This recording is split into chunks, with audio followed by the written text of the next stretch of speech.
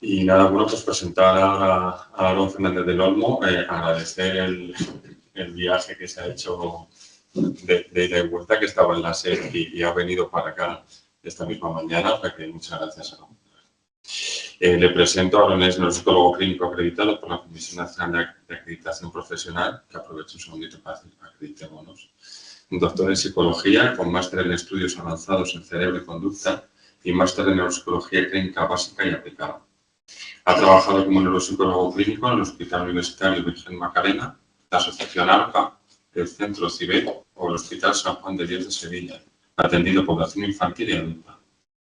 También es docente en posgrados de la UNIR y la Universidad de Loyola Andalucía, además de más de una decena de másteres en neuropsicología clínica y atención temprana.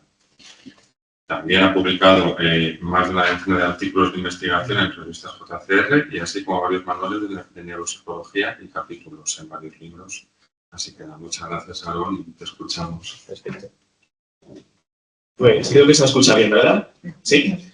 Bueno, primero de todo, pues agradecer la invitación. Aunque haya que hacer mucho viaje y moverse, merece la pena. Ya solo con haber escuchado a Aurora me merece la pena venir directamente.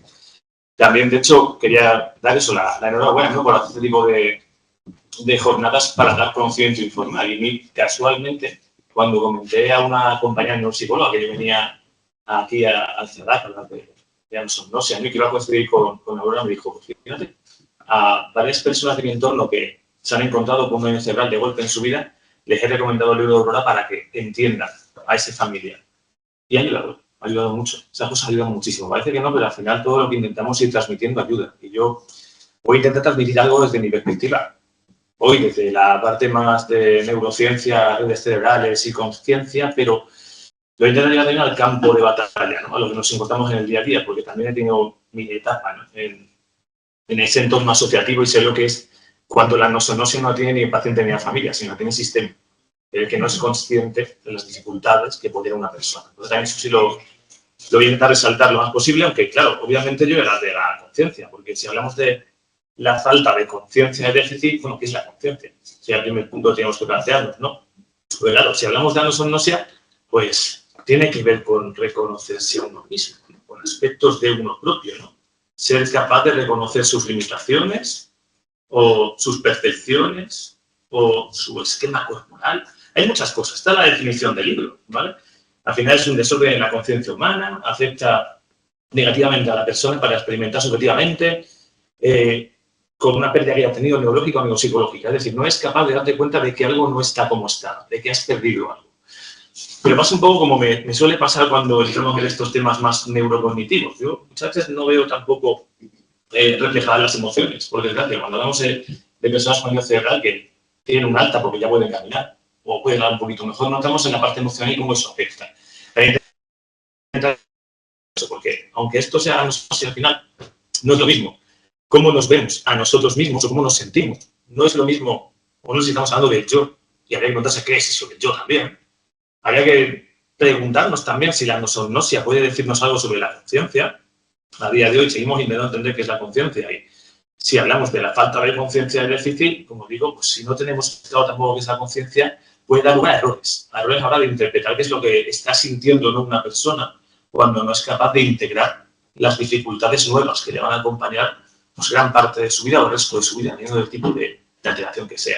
Y sobre todo, ¿qué nos puede aportar el estudio de la conciencia a trabajar la anosognosia? Es lo que voy a intentar hacer después. Si entendemos la conciencia de cierta manera, y utilizo conciencia y consciencia a veces de manera simultánea o de manera igualitaria, porque hay mucha duda también en cómo se define eso, ¿no? Entonces, la idea que intento hacer ahora, voy a intentar hacer en esta charla, es llegar al punto en el cual podamos entender qué se puede hacer también para trabajarla. No sé si entendemos cómo funciona la conciencia. Esa sería la idea. Y vamos a empezar con esa idea, básicamente, viendo un poquito. Creo que ese apunte histórico inicial que nos va a hacer entender por qué hay una forma de entender la anosognosia que no es del todo correcta, vamos a entender un poquito qué es la anosognosia, ver las teorías de la conciencia, eso puede ser un poquito más tostón, ¿vale? Pero creo que puede ser interesante ver los correlatos cerebrales, ¿no?, de la conciencia y ver, bueno, cómo puede encajarse ahí la conciencia de déficit, sabiendo que hay 4 o 5 teorías que cada una enseña un sitio distinto. O sea, quiero decir que eso está maravillosamente emparejado. Y bueno, ¿cómo encajamos sobre todo eso? ¿Se han molestado las teorías de la conciencia en hablar de la anosognosia? Yo lo he intentado buscar y desde esas perspectivas no acaban de intentar explicar la anosognosia. Tienen con explicar que la conciencia, como digo. Entonces, llegaremos al punto, espero, en el que hablaremos de qué podemos sacar de todo lo que voy a contar hoy. Así que, voy a punto histórico, ¿vale? ¿Cómo empieza esto? Pues empieza siglo XIX, esos grandísimos neurólogos y psiquiatras, psicólogos, que en esa época hacían descripciones maravillosas de los pacientes. Como decía Luria, no hacían la descripción que nos saltamos de ver en muchos congresos de paciente, 25 años, tantas puntuaciones, mejora tantas puntuaciones, No tengo ni puñetera idea que hay detrás de esas puntuaciones ni qué está sintiendo. Esta gente se dedicaba a hacer descripciones a modo más de ciencia romántica, contando lo que la persona experimentaba, cómo era su mundo, qué sentía. Y claro, en ese momento había cosas que eran muy llamativas. Personas que no reconocían algo que era obviamente presente. ¿Cómo no vas a reconocer tu brazo? Es tu brazo. ¿Cómo vas a negarme que esta mano es tuya? ¿Cómo vas a negarme que no estás viendo si tengo claridad absoluta de que no estás viendo? Estás jugando con las cosas. Eran los síndromes que definirían el concepto de anosognosia en las primeras etapas de la historia de la neuropsicología y que hemos arrastrado hacia ahora, momentos en los cuales hablamos sobre todo de eso, no reconociendo un déficit manifiesto. ¿Bien? Así es como en el gran hospital de Salpêtrière, en Francia, en París, Charcot tuvo a un par de alumnos, sobre todo a uno, Babinski, que fue el que, junto con Anton Babinski, llegó a hablar de esa lesión derecha, de la hemiasomatognosia, la dificultad para reconocer un lado del cuerpo como propio, de sentirlo como propio. Y bueno, síndrome de Anton, que también es muy conocido por ese gran problema, ¿no? De, como decía antes, de no ser capaz de darte cuenta que no ves. Perder a nivel cerebral la visión y actuar como si no pasara nada. ¿Vale? Eran los signos más típicos. Llegó después a otros autores, como el gravísimo Luria, que, como digo, daba base a esa tradición de ciencia romántica cuando escribió el libro del hombre con su mundo destrozado para explicar qué se siente y cómo se vive un daño cerebral y cómo se convive con un daño cerebral, porque hay que convivir con él. Y un poco autores ya más recientes, como Visia, y sobre todo Vigatano. Vigatano es uno, ahora mismo, de los autores más relevantes en la anosognosia, que ha abierto el campo de esa parte cognitiva a la parte emocional y contextual que hay que tener en cuenta a la hora de la anosognosia. Y como no, Brenda Milner es una persona que sigue viva, no sé si tiene 105 años, si no me equivoco, tiene que tener ya, y que nos hace referencia a algunos de los casos históricos en los que vemos cómo se disocian procesos conscientes de no conscientes. Y la cuestión es que a veces en el daño cerebral ocurre que procesos que eran conscientes dejan de serlo, o procesos que debían de ser conscientes no llegan a tener la fuerza suficiente para serlo. Ya cada teoría nos dará una explicación. Así que vamos a ver qué es eso de la anosognosia, ¿vale? Sería un desorden de la conciencia humana que afecta negativamente a la habilidad del paciente para experimentar esa pérdida neurológica, lo que hemos dicho antes. Aquí tenemos un poco de estadística, ¿vale? Tenemos porcentajes y vemos que es muy presente en traumatismos encefálicos, en pacientes con Alzheimer moderado, y no hablemos de pacientes con Alzheimer grave, y en pacientes, sobre todo más cuando tenemos el daño en el lado derecho del cerebro. Eso puede estarnos dando alguna explicación también de por dónde viene o no la anosognosia, ¿vale? Pero principalmente esto conlleva una serie de cuestiones. Algunas se han preguntado en el chat de la gente que está online, ¿no? Ahora que tengo una anosognosia, ¿qué puedo hacer y qué no puedo hacer? ¿Cuándo te quito el carnet? ¿Cuándo te pido que dejes de conducir? ¿O cómo te demuestro que no eres capaz de conducir? Eso no es una hemianopsia o eso no es un problema con un síndrome de Anton. Es algo distinto. El hecho de calibrar tus propias capacidades. Entonces, vamos a ir un poquito a eso, ¿no? Esto es el típico, ¿no? Cuando yo decía antes que tenemos un poco heredado, ¿no?, ese punto de la anosognosia como los grandes síndromes clásicos, pues claro, cuando uno habla de anosognosia se encuentra con 4 o 5 aspectos principales que hablan de 4 o 5 trastornos distintos que son como los grandes tópicos, ¿no? Hablamos de esa hemiplegia o esa pérdida del reconocimiento del sistema corporal, hablamos de la ceguera cortical, hablamos de la amnesia anterógrada como un elemento importante, es decir, si yo no puedo generar nuevos recuerdos, no puedo generar el recuerdo de que tengo un problema, ¿vale? ¿Cómo lidiamos con eso? Dios mío, si no puedo generar un nuevo recuerdo, ¿cómo te hago que recuerdes que tienes un problema? Tenemos un montón de películas súper fantasiosas sobre el funcionamiento de la amnesia anterógrada, en la que la gente se tatúa en la piel cosas para no olvidarse. No, disculpa, ¿cómo sabes que tienes que tatuarte algo si no sabes que tienes un problema? Sí, ni siquiera ahí tenemos muchas cosas que nos llegan en nuestro imaginario habitual, no funcionan así. O la fase de Wernicke, ¿no? Alguien que no comprende el lenguaje, pero no te va a reconocer que no lo comprende. Bueno, ¿eso cómo funciona? Yo aquí veo cosas muy distintas, muy diferentes, y sobre todo la última, la llamada alteración conductual, que tiene que ver con la sobreestimación un poco de tus capacidades, ¿no? Soy capaz de hacer más de lo que debería hacer. Y eso, en realidad, nos pasa a muchos de nosotros también a veces. Es decir, uno puede pensar que puede hacer un viaje de no sé cuántas horas de Valencia a Madrid, de Madrid a Sevilla, volver y estar esta noche cenando con su pareja perfectamente, y algunos sabemos que no va a ocurrir así, va a caer rendido en la cama directamente, pero ha hecho el plan pensando que podría ser. La sobreestimación la tenemos siempre un poco cerca, pero la cuestión de esto es cuando tienes un cambio severo en tu forma de funcionar y no actualizas eso, y sigues actuando como si todo funcionara igual que como estaba antes. Y hay una parte, y lo ha dicho muy bien una de las compañeras del vídeo, una fina línea entre lo que es, me estoy negando lo que estoy descubriendo, o no soy consciente, o no tengo conciencia de lo que me está ocurriendo. Esa fina línea también hace que haya que plantearse la noche como un componente importante a nivel emocional, algo que hay que trabajar muchísimo. Entonces, bueno, esto sería la idea, ¿no? Y claro, al final hay algunas teorías, ¿no?, que nos dicen, cuando hablan de los mecanismos cerebrales, ¿no?, o al menos a nivel cognitivo, excluyendo siempre lo emocional, dejándolo fuera, de que tenemos una representación interna del esquema corporal, un homúnculo de la conciencia, ¿vale? Tendría que ver mucho con cómo se está escaneando nuestro cuerpo continuamente para saber que estas partes son nuestras partes del cuerpo. Tendríamos luego un feedback, ¿no?, para ser capaz de ser consciente de unos mecanismos que funcionan y otros no. Hay procesos internos en nosotros de los que no somos conscientes, no podemos controlarlos. Hay algunos que pueden volverse controlables y luego se vuelven otra vez automáticos. Siempre pongo el ejemplo de que ahora mismo todo lo que estoy aquí estáis respirando, ¿verdad? Respirad, ¿verdad? Empezáis a respirar y dices, uy, soy consciente de que respiro. Y hay un momento en el que dices, ostras, como no soy capaz de pensar en no respirar, como no controlo la respiración, me puedo llegar a ahogar, oh Dios mío. Hay un momento de gente que se queda enganchada diciendo, ahora no puedo parar, porque estoy con la respiración, ¿cómo va a ser? Hasta que no pasa en automático porque la atención se lleva todo tu control y vuelve automático. Hay procesos que puedes jugar con ellos. Puedes volver, puedes ir. Pero hay muchos otros que no los tienes en esa esfera consciente. Y cuando los pierdes, tampoco eres consciente de que has salido. Esa es una de las claves importantes.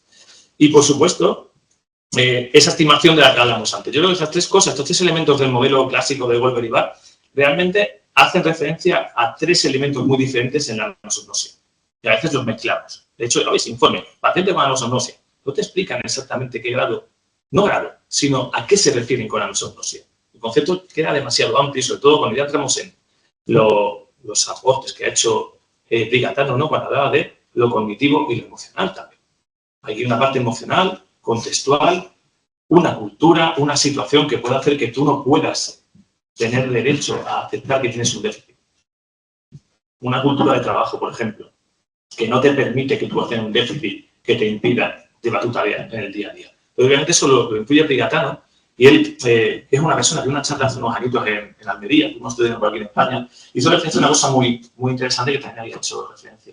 Esa idea de que uno de los papeles importantes que tenemos los profesionales es la psicoeducación. Y que sobre todo los neuropsicólogos y neuropsicólogas, los que conocemos la función cognitiva, somos los que tenemos que hacer esa psicoeducación, porque podemos explicar muy bien de qué van estas secuelas y lo que implican tanto a la persona como a su entorno familiar. Y a mí me ha pasado mucho en mi etapa asociativa, y ya digo, no puedo quejarme, que yo me quejo siempre en toda la charla, pero no puedo quejarme de ningún tipo de sistema sanitario, nada por el estilo. Pero es verdad que los momentos a lo mejor más fuertes que yo tengo que pasar como clínico han sido cuando tengo que ir al hospital a conocer una familia nueva que acaba de tener un ictus un familiar, están completamente desorientados. No nos han dicho nada, o nos han dicho poco, no tenemos ni idea de qué nos queda por delante. Yo no sé si esto lo está haciendo queriendo o no. ¿Quién me lo explica? Si no vas tú a explicárselo a esas familias, inician el camino solos, un poquito ciegos y desorientados.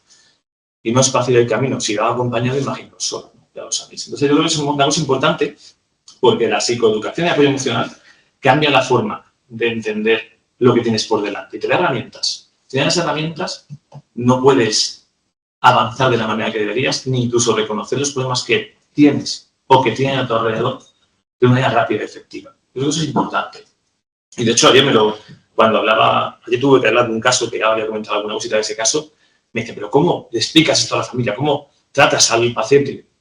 Le explico lo que hay, cómo funciona, e intento darle pautas para que sepan adaptarse. Hay cosas que no podemos cambiar, pero sí podemos cambiar nuestra forma de actuar ante ellas. Entonces hay que saber cómo. Pero bueno, eso es un poco lo que nos diría Pigatano y por suerte está incluido, ¿no? En todo lo que ya conocemos. Hay escalas de evaluación o de intentar graduar en la que tenemos varios elementos, ¿no? Desde personas que no tienen conciencia del déficit, que sea, que son conscientes tras el fallo, o que al menos, si le preguntas, lo reconocen. Aquí hay muchas formas de verlo, ¿vale? Ahora hay que explicarlo, y no voy a entrar tanto en ello, sino que aquí, para mí, lo importante es que el impacto en la vida diaria es difícil de discriminar, porque no está muy claro esa fina línea entre lo que es la negación, el no puedo mostrar debilidad o no puedo admitir este fallo, y lo que es el no reconociendo el mismo. A partir de aquí ya tenemos una cosa importante a la hora de trabajar con los perfiles en los que ella nos ayudará a saber identificar hasta qué punto hay una reacción defensiva emocional y hasta qué punto hay un problema realmente cognitivo de intentación. Esto, claro, condiciona el inicio y adherencia al tratamiento. Es decir, hay pacientes a los cuales me ha pedido ayuda un familiar y he tenido que estar esperando 2 o 3 meses a que pudieran conseguir que viniera, porque no reconocía tener un problema o lo reconocía parcialmente. Entonces, también ahí tienes que dar unas pautas a esa familia para intentar ayudarle a que esa persona pueda venir. No a engañarle, sino a hacerle tomar algo de conciencia de la importancia de una valoración a tiempo. Entonces, son cosas que también vas haciendo incluso antes de ver a la persona que supuestamente tiene ese déficit de reconocimiento de dificultades. Y como no, pues la conciencia de vida funcional, que muchas veces pues, es algo que lleva su tiempo, es algo para lo que no estás preparado, es algo que contradice lo que tú tienes como funcionamiento, que contradice tu yo antiguo con el yo nuevo que estás construyendo. Entonces, ejemplos que yo me pongo y que yo recuerdo de mi historia. Por ejemplo, pues tengo esta mujer, ¿vale? Ya tiene ese daño cerebral en el lado... la resonancia está mal puesta porque hice la foto al revés, ¿vale? Pero está en el lado derecho el daño. Pero el daño lo tiene desde los 18 años que tuvo un accidente de tráfico. A partir de ahí hizo su vida, fue evolucionando, se casó, tuvo sus hijos. ¿Qué ocurre? Que tiene un grado de apatía, un grado de... Ahora, con 50, 60 años, te deja ver que tú dices, claro, es que seguramente la evolución que hemos tenido, que lo has hecho muy bien y has peleado mucho con la vida para tener tu familia y demás, ahora tenemos una evolución de esto, que con un envejecimiento acaba generando cierta apatía. Apatía, pues en el punto de que le pides copiar la figura de rey, todos la conocéis, está bien copiada, pero en la memoria tienes una muestra, ¿no?, de que no está tan bien copiada, no está tan bien recordada, hay dificultades. ¿Y qué es lo que dice ella? A mí me da igual. Si es que yo, ¿para qué necesito saber estas cosas? Si no me acuerdo de las cosas, ¿por qué no me acuerdo? Es que paso, es que no me importa, hay una negación. Eso, claro, repercute sobre todo el funcionamiento de su familia, es lo que ha motivado que ella acuda a consulta, pero ella está en un punto de decir, es que todas las dificultades que tengo cada vez más manifiestas, me dan igual.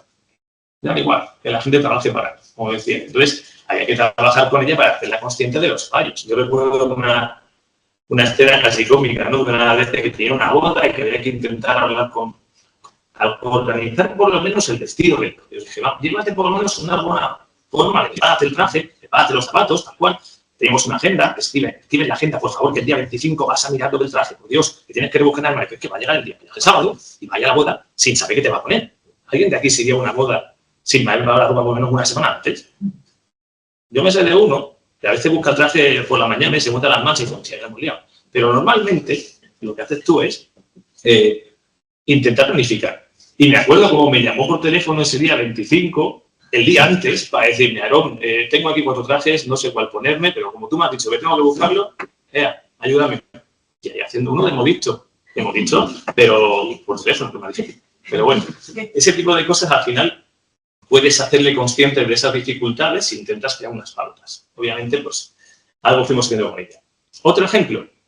Este ejemplo me parece muy, muy interesante porque es un ejemplo de los clásicos de amnesia, ¿no?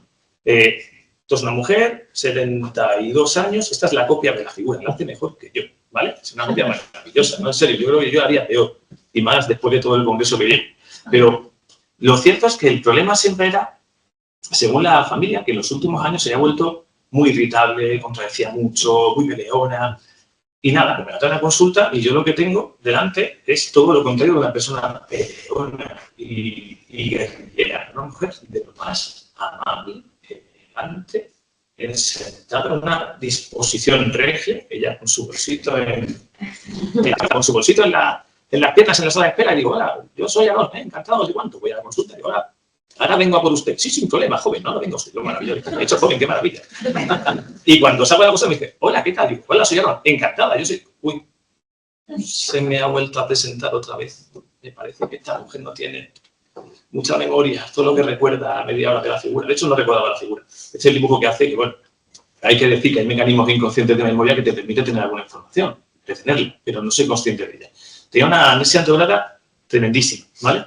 Pero sobre todo tenía ese punto de, vale, no me ha salido, bueno, pero ¿te parece raro que yo tenga aquí una tarjeta, le dé la vuelta y no te acuerdes de lo que hay? Vale, será, me da igual. Yo decía, entonces, ¿por qué es tan guerrillera en casa? La única solución que tuve fue meter al hijo, uno de los hijos, en la consulta. Y le quería explicar los problemas que tiene tu madre, porque yo creo que no sois conscientes en casa, vosotros, de cuáles son los problemas. Es una interpretación que daría un no profesional.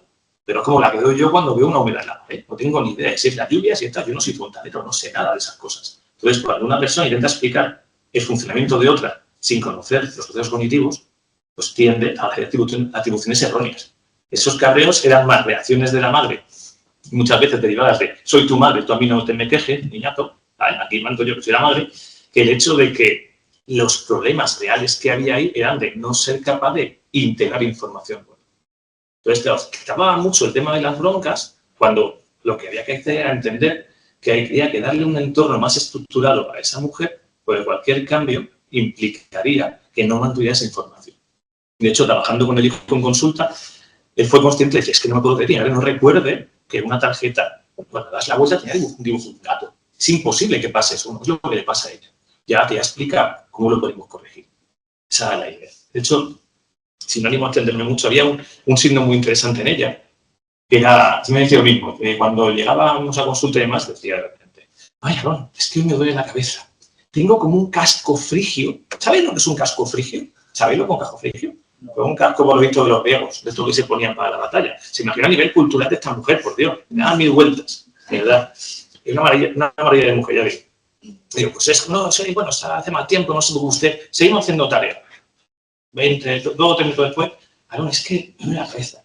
Es que tengo como una suerte de depresión, como un casco frigio. ¿Sabes lo que es un casco frigio? Yo decía, ya sí. Así, 3, 4, 5 veces, claro, el hijo decía, pues, es que se está repitiendo, ¿en qué se también lo hace? ¿Cómo vamos a hacer esto? Y yo, vamos a intentar hacerla consciente de que esto ocurre. Y decía, te lo he dicho. Ah, pues vale. A 3 minutos también. ¿Sabes que me duele la cabeza? Todo el tiempo con el que subíamos 5 o 6 horas. ¿Qué le hice? ¿Qué hicimos? Bien, tengo un truco para esto. Creo que puede funcionar. Le voy a pedir que escriba casco frigio en un papel, por su letra y se lo pongo aquí en un ladito. Ya se lo escriba en un ladito. La primera vez que lo hace, como diciendo, familia la que escriba yo esto. Segunda vez que me dice, oye, es que noto yo ese dolor, ese casco frigio que me está apretando, ¿sabes lo que es? Digo, ya me lo has dicho. Ah, pues será, mira al lado. Pues será, es mi letra. Será, ya no me da igual. A la cuarta o quinta vez, ya ella, cuando decía lo del casco, decía, algo raro tengo, algo raro estoy notando yo, porque esto me suena a mí que algo raro hay. Y ya poco a poco, la siguiente vez se decía, casco frigio, lado derecho. Uy. Y empezaba a decirse a sí misma, espérate que te lo contaba. La hicimos consciente poco a poco de que se repetía dando de las claves adecuadas. Claro, eso lo saco yo como neuropsicólogo que entiendo la memoria, pero mi hijo no lo entendía, ¿verdad? Sí lo entendió. A partir de ahí, muchas pautas que hizo en casa fueron para evitar repeticiones de informaciones que ya estaban dadas. Una pizarrita, algo de colocar, donde ya pueda buscar y que ya sepa que tiene que buscar. O sea, esas dos amnosias no siempre tan completas. Siempre puedes conseguir algo, si sabes cómo. Pero en ese caso me pareció interesante por eso, porque era el ejemplo de anosognosia y anosodisoforia, que es como la falta de interés por los déficits. Como que no pasa nada. ¿Vale? Bueno, voy a adelantar esta parte, que es la más guay de casos, y luego os cuento la parte emocional. Esto es una cosa de un caso que me pasó hace poco. Es el típico delirio de Capgras, no sé si os suena, pero ahí lo que te encuentras es una persona que considera que su familiar es un impostor. Ya está. Y por más que tú le cuentes, la persona que está delante de ella, puede ser su marido, en este caso su hija, no es su hija, es una impostora que lleva exactamente los mismos anillos, tiene las mismas cicatrices, todo igual. Y eso es una falta de reconocimiento de déficit también. porque esa mujer no acaba de reconocer que esa es su hija, pero no tiene nada que ver con otro. Es muy distinto, ¿verdad? Y esto es lo que me decía la hija. Por un lado me ha ido por ella, porque no sabe lo que le pasa y está un poquito apática, no parece importarle. Ha asumido que yo soy una amiga suya o alguien a quien quiere mucho y es verdad que, bueno, yo me siento querida, pero igual. No es igual que cuando quieres a una hija, los abrazos no son los mismos, yo lo noto. Pero por otro lado, el cerebro es un cabrón, porque me ve a mí y no le deja llegar a quién soy yo. Es un poco lo que tuve que explicarle a ella también, que todas las acciones que iban a tomar para intentar hacerla consciente del déficit podían ser contraproducentes. Desde explicarle lo que es un delirio de este tipo, porque ella no va a entender esa idea, hasta incluso para que se quedara más tranquila, hacer una videollamada explicándole ella como hija dónde estaba para que esté más tranquila. Oye, que no me han secuestrado, que estoy bien. Eso hubiera provocado todavía más situaciones de delirio. Una vez hablas con ellos y les explicas, oye, esto funciona de esta manera, muchas de las medidas que se han planteado, pues a lo mejor no son las correctas. Se hacen siempre con una intención, pero no siempre consiguen una buena solución. Y bueno, esto tendría mucho que ver con lo que hemos hablado antes del tema de conducir, pero es que esto me pasó la semana pasada con un hombre maravillosamente simpático, al cual tuve que poner a prueba para evaluarlo. Y es ese momento en el que te das cuenta muchas veces de algunos déficits que no eres consciente. Esto es lo que me decía la mujer después de la sesión. Pues yo le pregunté, oye, por favor, cuando llegues a casa, por la tarde, escríbeme y cuéntame cómo lo ves. Porque yo sé cómo está en consulta conmigo, pero luego no sé cómo va a estar en casa. ¿Se va a llevar el disgusto en casa o lo va a perder? Porque claro, lo que me contó ella fue, al principio noté que estaba decaído, como desanimado, después de la evaluación, esta tarde. Luego lo vi contento, como si no pasara nada. A veces de repente se nota otra vez como que se da cuenta y otras como que se lo olvida. Y claro, obviamente haría lo que fuera por estar dentro de su cabeza para saber qué piensa. Pues cuando hizo la figura de rey, que todos la conocéis, solo fue capaz de hacerme esto. Este hombre, ¿vale? Este recuadro. Estuvo 5 minutos intentando saber qué hacer. Y fue consciente del déficit. Dijo, hostias. Dijo, esto es más difícil de lo que pensaba. Pues sí que estoy yo mal. Me ha costado venir, pero sí que estoy yo mal. La memoria fue esto, que viene a ser más o menos lo mismo. Sí que estoy yo mal, pero conforme pasaba el tiempo de evaluación o cambiamos a pruebas mucho más fáciles, que las solemos alternar para no hacer a la persona pues, sentirse peor todavía, empezaba como a ignorar que había pasado eso. Y de hecho, durante el resto del día, ¿cómo que no pasaba? Estábamos viendo que no integraba la información. Esa es la idea, entender que incluso con este feedback tan claro de tú lo estás haciendo claramente de manera errónea, luego no te llevas esa conciencia del déficit a casa. ¿Vale? Eso tiene sus implicaciones para cómo explicarle a la mujer, que va a ser la nueva cuidadora de este hombre, cuál es el problema que tenemos. ¿Vale? Bueno, esto era un poco para ver ideas, ¿vale? ¿Vale? Son un poquito cosas que se ven en consulta, cosas que podéis identificar, cosas que luego, si tú las entiendes, puedes ayudar a que la persona que tiene que convivir con ello lo pueda manejar mejor. ¿Vale? Ahora la cuestión es, decía, ¿qué es la consciencia? Porque estas personas no están inconscientes. Entonces tienen un problema de reconocer ciertas cosas, ¿no? La consciencia al final tiene un montón de abordajes, ¿no? Desde, para algunos sería simplemente pues, el sentir, percibir, actuar en consecuencia. Para otros, el estar despierto. Obviamente, si estás despierto, estás consciente. Si estás dormido, consciente, ¿vale? O ser consciente de ti mismo. Claro, muchas de estas personas que hemos hablado son conscientes de sí mismos, en realidad. Pero ¿son conscientes de sí mismos al completo o falta una parte? Todas estas son explicaciones de la consciencia. Yo he dejado la presentación, por si alguien la quiere, ¿vale? Que podríamos debatir horas cuál nos parece la más adecuada para definir la consciencia del ser humano y a partir de ahí irle quitando partes en lo que tenemos asociado a un daño cerebral. Pero realmente no está tan claro que todas estas definiciones hagan referencia a una visión global y unitaria de la consciencia, ¿vale? Entonces, Anil Seth, que es uno de los neurocientíficos actuales que más está metido en el tema de conciencia, él dice que realmente nos tenemos que ir de muchos de los debates que hay filosóficos muy bonitos, pero poco prácticos a veces, hacia el problema real de la conciencia. Hay que entender cómo explicar la conciencia, cómo controlarla y cómo predecirla. Si podemos explicarla, podemos controlarla y podemos predecir qué falla. Pues con una buena explicación de la conciencia y sus mecanismos a nivel cerebral, también vamos a explicar los fallos que puede haber en el reconocimiento de déficit de mucha índole, de mucha variedad distinta, controlarlos y predecirlos. Incluso encontrar las formas de revertir lo más posible, ¿vale?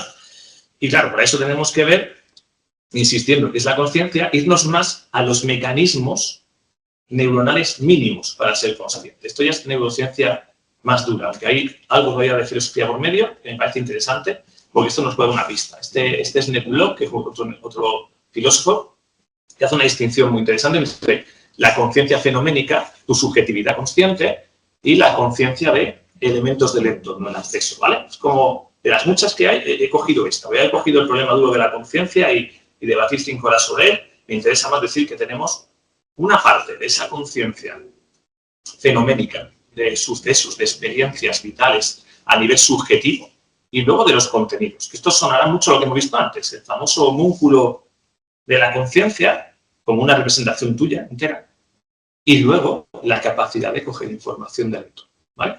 Entonces, a fin de cuentas, teorías de la conciencia. Primera teoría que se mueve mucho ahora mismo, que es bastante interesante y conocida, la teoría de la información integrada. ¿Qué te dice eso? Que ser consciente es tener información e integrarla. Casi sale sola la idea de lo que puede ser una conciencia de déficit. Seguramente que te falta información o que no la integres, ¿vale? Pero ahora, estos autores, que son Edelman y Tononi, que son los que han llevado un poquito esta hipótesis, hacen una cosa un poco contraria a lo que haríamos cualquier neuropsicólogo. Yo siempre lo digo, cuando los veo explicarlo, me digo, tío, yo no lo veo así. Para ellos la conciencia es una cuestión posterior, de integración de información posterior. El frontal no hace falta para la conciencia. Y digo, venga, tú no te has ido a finas de estas cosas, no sabes. Pero claro, te dicen, es que realmente el concepto que nosotros manejamos de conciencia no utiliza el frontal. Entonces, claro, si yo tuviera, por ejemplo, imaginemos que yo me dedico a hacer TMS, estimulación magnética transcranial, donde pongo yo la maquinita, de aquí la pongo aquí, ¿no? Claro, esos son detalles, es tontería, pero luego los tratamientos son importantes. Claro, ellos plantean eso y hacen una cosa que no se atreven a hacer el resto, que es matematizar el índice de integración de información. El índice phi, lo llaman. Entonces, los sistemas que tienen más índice phi son más conscientes, los que tienen menos índice phi son menos conscientes. Entonces, con ese índice pueden más o menos predecir un poco la evolución de los estados alterados de conciencia. Esto no es lo que tocamos hoy. Estado alterado de conciencia implica estar por debajo del nivel de conciencia esperable, es decir, persona en coma, estado vegetativo, mínima consciencia. Y ya sabéis el debate agrio que hubo hace unos años de frente a si estamos identificando bien a la gente que estaba en estado vegetativo o de mínima consciencia. Porque había veces que hay activaciones cerebrales que tú decías, esto no es de una persona de mínima consciencia, o esto no es de una persona de estado vegetativo. Aquí hay más conciencia o menos de lo que debería. Bueno, pues intentan con ese índice phi poder medirlo, ¿vale? Así que tenemos ese primer punto de vista de que la conciencia es una cuestión de integración de información posterior, ¿vale? Tenemos el segundo tipo, ¿vale? Que este es el de... Ay, no me voy a hablar el nombre. ¿Vale? Que es más muy conocido por el tema de lectura y dislexia. Eso lo conocéis un montón por todo lo que tiene de lectura, pero realmente es un teórico de la conciencia. Y habla en máquina. Y habla de que la conciencia realmente es ese espacio en el que la información se puede meter y manejar de forma consciente, habiendo muchísima otra información repartida que no es consciente. O que no sé, tendríamos el ejemplo más clásico de una hoja de Brenda Milner, que al paciente H&M, el que recordamos todo que no era consciente para crear recuerdos, no era capaz de recordar cosas porque no generan información, pero sí podía aprender implícitamente. Hay cosas, hay mecanismos que están por debajo de la consciencia que funcionan sin ellos. No la necesita ni que la consciencia o tira de ellos a veces, sin darse cuenta que tira de ellos. Entonces, es lo que planteas, es un espacio de trabajo, ahí está la consciencia humana y tiene que ver con la red frontoparietal, que esto a los neuropsicólogos no suena más. Esa red frontoparietal es la que se rompe cuando alguien no tiene una conciencia de déficit, cuando tiene un problema de control de impulso, cuando no es capaz de regular su comportamiento. Vale, eso tiene un poquito más a nivel neuropsicológico de sentido, que no nos habla de eso, ¿vale?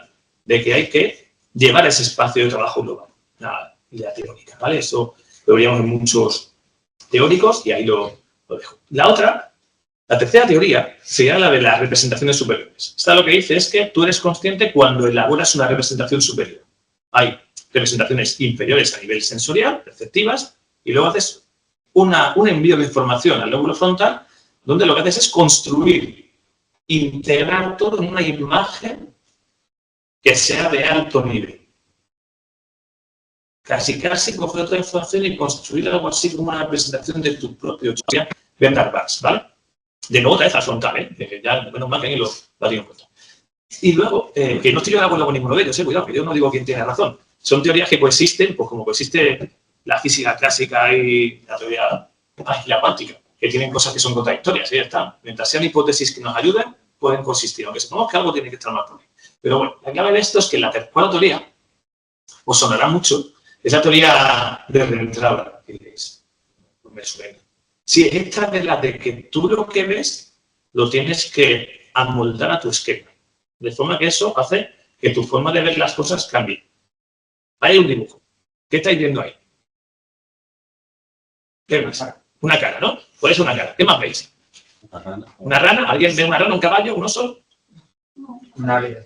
¿Un alien? Pues es un alien. Eso sí puede ser cierto y es verdad. Sea lo que sea, ¿vale? Os estoy haciendo un juego sucio, ¿vale? Estoy poniendo una imagen fragmentada para que sea vuestro cerebro el que dé forma y cada uno dará. Es verdad que a veces se ve mejor que otras, así que os pongo esto y os digo, venga, va. Todos sabéis ya que es una rana, ¿verdad? Ya sí, ¿no? Ya sí, ¿no?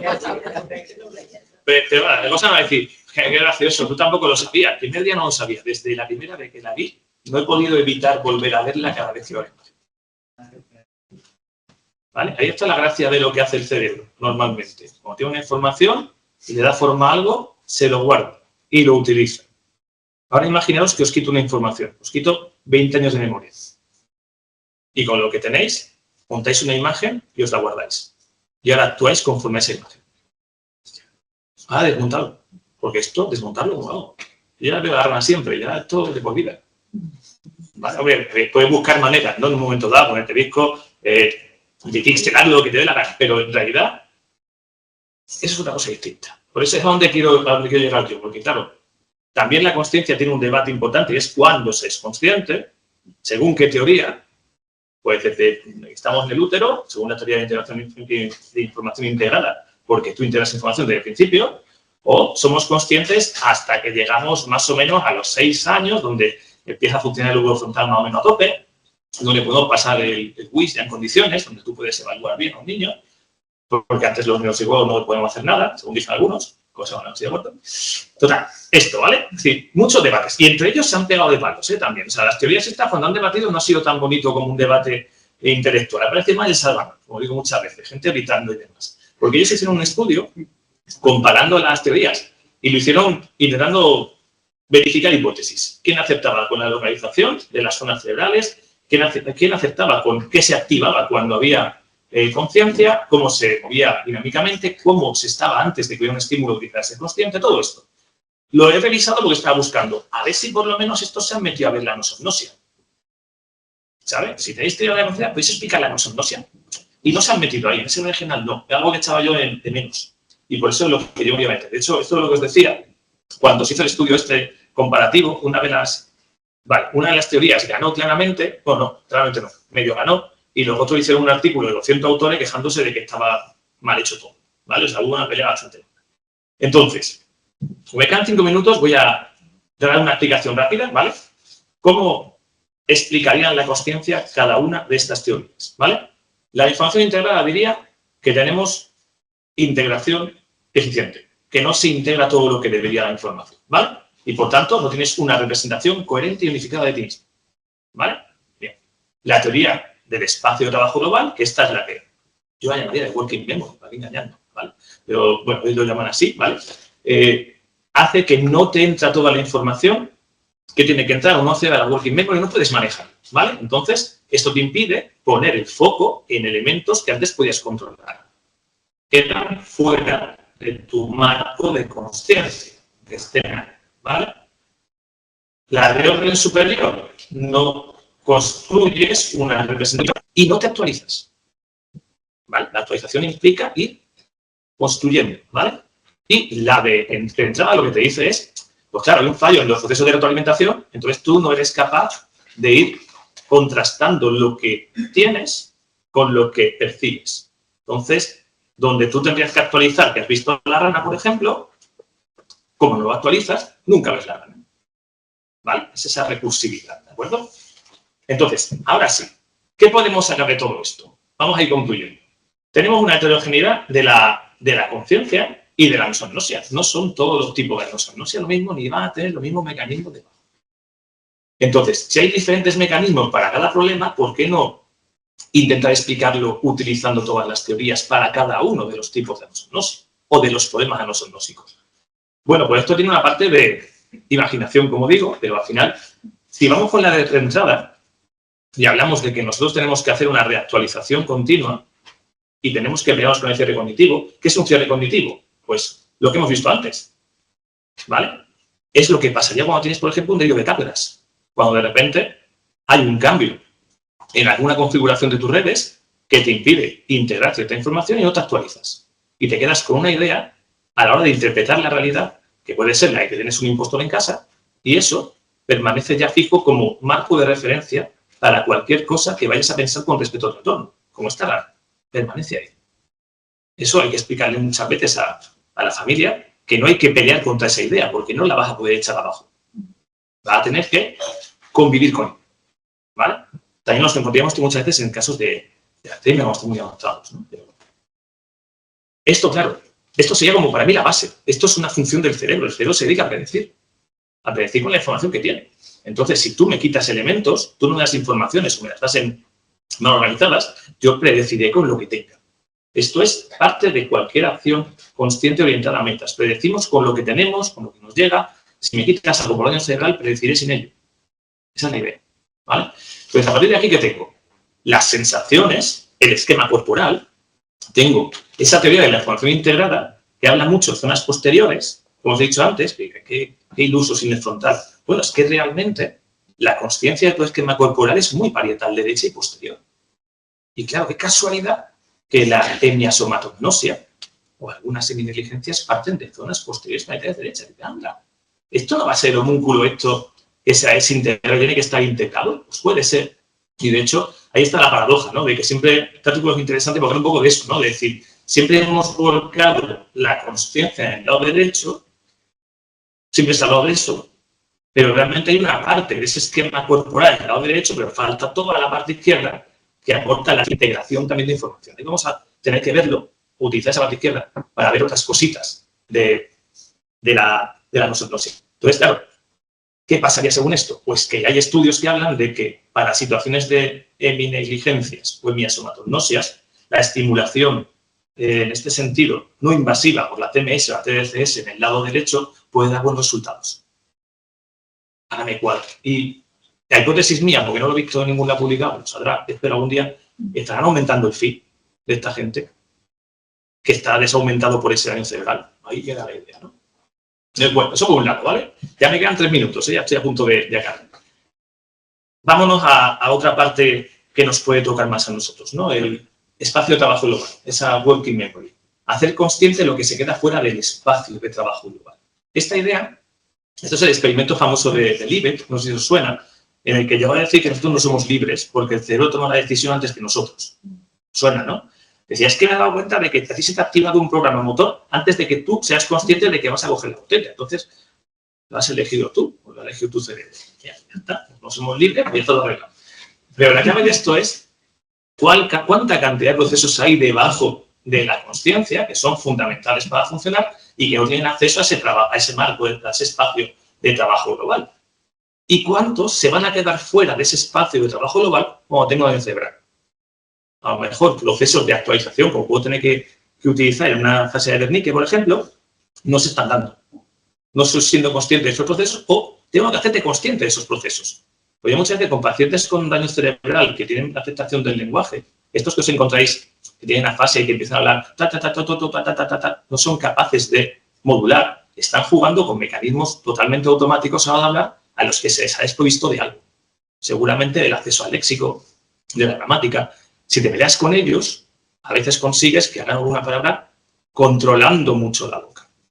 Haces un intento de llevar al control un mecanismo que está automatizado. Yo trabajo mucho con ellos en eso, en la idea de decir, oye, voy a hacerte consciente de los procesos que usas para hablar, porque estás intentando hablar como hablabas antes de daño cerebral. ¿Cómo hablo yo ahora? Automático. Yo no estoy pensando qué palabras coger exactamente del todo, sino que tengo una idea y tengo un lenguaje perfectamente engrosado con mi sistema semántico, ¿qué? Y vosotros también. Pero como decía la compañera del vídeo, si me tocas esto un poquito en el cerebral, con que me hablen 2 personas a la vez se acabó. No tengo la misma velocidad, no tengo el mismo procesamiento. Entonces, hacer conscientes de los procesos que hacen falta que están ahí debajo o fuera del espacio de trabajo global, puede ser la clave de habilidad, por ejemplo, ¿vale? Y ya la última que me queda, ¿vale? ¿Cómo utilizamos lo de la representación de orden superior? Bueno, esto, lo que hablamos es de que tienes que crear una representación superior, una referencia de toda la información que tienes para contrastarla y tener ese feedback, ¿vale? De lo que se está haciendo bien y mal. Y esto pasa mucho en pacientes que no estiman bien el alcance de sus capacidades, ¿vale? Sobre todo cuando tú tienes una representación tuya que no concuerda con cómo estás ahora después del daño. Entonces, muchas veces la reiteración de feedback puede ayudar a reconstruir esa imagen, pero una reiteración de feedback controlada y reflexionada y argumentada, porque muchas veces de un solo fallo no van a aprender. Tienen que ser varias veces. De hecho, las mismas pacientes y compañeros lo decían. Ha sido después de muchas veces cuando me he ido dando cuenta, claro, porque esa actualización no es tan rápida. De hecho, funciona con cosas inconscientes todavía que tenemos que hacer conscientes. Por eso, curiosamente, y pasa mucho en el Alzheimer, construir esas representaciones es más difícil si te fallan elementos mnésicos. Y por eso están tirando mucho también de la TMS para zonas frontales en el Alzheimer, para construir esa representación. O sea, parece que hemos conseguido cuadrar todas las teorías con diferentes elementos de la anosognosia, pero sobre todo creo que es información para trabajar esos elementos, para que sabemos más o menos qué puede estar fallando. Insisto que estoy en una capacidad experimental.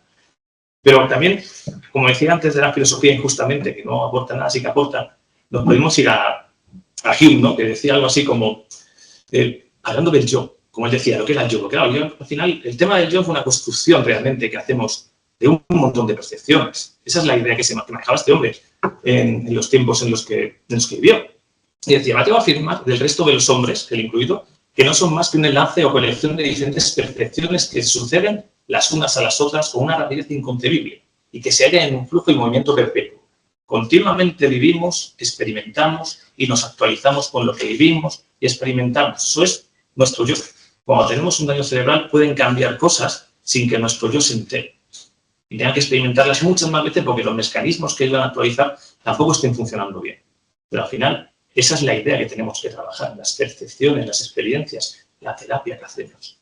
Ayuda a cambiar el yo y la conciencia del yo. Así que, bueno, cierro ya. Está claro que la anosognosia nos dice cosas de la conciencia, y eso es importante, pero también la conciencia nos dice cosas de la anosognosia. Conociendo un poco la conciencia, espero haberos contado algo interesante de la conciencia, podéis plantearos cómo abordar diferentes tipos, porque pasan cosas distintas en cada tipo de anosognosia. Entonces, las diferentes teorías, yo entiendo que abordan diferentes elementos dentro de la conciencia del déficit. A lo mejor incluso el término conciencia del déficit es erróneo, pero lo podríamos dejar ahí al margen. La idea sería principalmente que entendamos que hay diferentes elementos y que puede que tengamos formas diferentes de abordar caras diferentes de la anosognosia si nos planteamos mecanismos diferentes a nivel cerebral, cognitivo y comportamental. Y eso sin olvidarnos de las emociones, como decía antes. Así que gracias por vuestra atención.